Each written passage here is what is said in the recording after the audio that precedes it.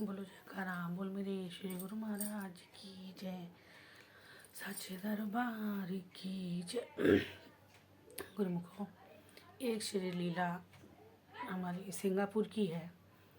जो एक Bhagat ji retired officer थे, तो वो श्री दर्शनों के लिए सिंगापुर आश्रम गए और श्री गुरु महाराज जी को देखते ही वो मतवाले हो गए। हमारे गुरु महाराज जी हैं इतने सुंदर और इतने देखने में मनमोहक स्वरूप गुरु महाराज जी का, हमारे जो भी देखे वो उनका दीवाना हो जाए। तो जो रिटायर्ड ऑफिसर थे वो श्री गुरु महाराज जी को देख के एकदम मोहित हो गए। मोहित होने के बाद भगत जी ने श्री गुरु महाराज जी के सामने विनम्र निवेदन किया कि गुरु जी हमारे घर पे भी कृपा करिए, हमारे घर पे भी चरण डालिए। तब श्री गुरु महाराज जी ने उनकी विनती स्वीकार की और फरमाया कि हम आपके घर ज़रूर चलेंगे। तब श्री गुरु महाराज जी उन भगत जी के घर गए। घर जाने के बाद उन ऑफिसर भगत जी ने श्री गुरु महाराज जी को उनके घर में जो शोकेस था, शोकेस में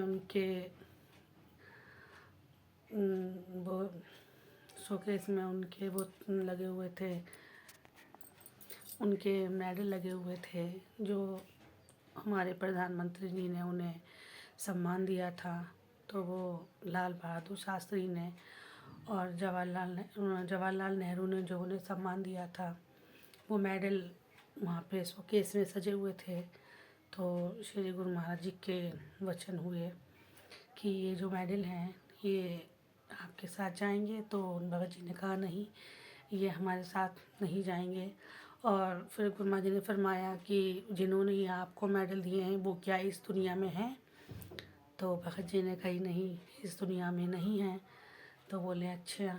तो बोले ये जो मेडल हैं ये आप अपने साथ लेके जा सकते हैं? तो भगत जी ने कही नहीं, हम लेके नहीं जा सकते। तो बोले जब ये सब चीज़ें हमारे साथ नहीं जा सकती हैं तो इन सब चीज़ों का क्या मोल? मोल तो नाम का है, जो हमारे साथ जीते जी भी रहता है और मरने के बाद भी हमारी रक्षा करता है। तो तभी भगत जी गुरु माई के चरणों में गिर पड़े और कहने लगे, स्वामी जी हमें नाम की दीक्षा दीजिए। और हम इन सब चीज़ों से अनजान थे, हम इस मोह में पड़े हुए थे कि हमें प्रधानमंत्री जी ने इस मेडल से सम्मानित किया है। तो हम बहुत ही उच्च उसमें चले गए थे। जो श्री गुरु महाराज जी ने उन्हें फरमाया, बोले नाम दीक्षा हमारी ऐसी है जो इंसान के जीते जी भी साथ रहती है और मरने के बाद भी हमारे साथ ही रहने वाली है। तब उन्होंने भगत जी ने नाम की दीक्षा ली और तभी से वो श्री गुरु महाराज जी के चरणों में लीन हो गए। और तब से वो श्री आनंदपुर के निवासी हो गए हैं और भगत जी तन मन धन हर प्रकार से अब आश्रम की सेवा करते हैं, आश्रम की देखरेख करते हैं। और ऐसे दयालु श्री गुरु महाराज जी को हमारा कोटि निकोटि धन्यवाद। और गुरुमुखों, इस प्यारी सी लीला को उन गुरुमुखों तक पहुँचाइए जो अभी नए जुड़े हुए हैं और जिन्हें इन सब लीलाओं का ज्ञान नहीं है कि हमारे महापुरुषों ने कैसे कैसे लीलाएं रची हैं। और उन्हें भी इन सब चीज़ों का ज्ञान होना चाहिए कि हमारे श्री गुरु महाराज जी जो 5 नियम हम लोग के लिए बताए हैं, आरती पूजा सेवा सत्संग सुमिरन और ध्यान श्रद्धा सहित जो नित्य करे सो निश्चय हो कल्याण। और 2 घंटा भजन जो श्री गुरु महाराज जी ने हम गुरुमुखों के लिए विशेष कर बताया है।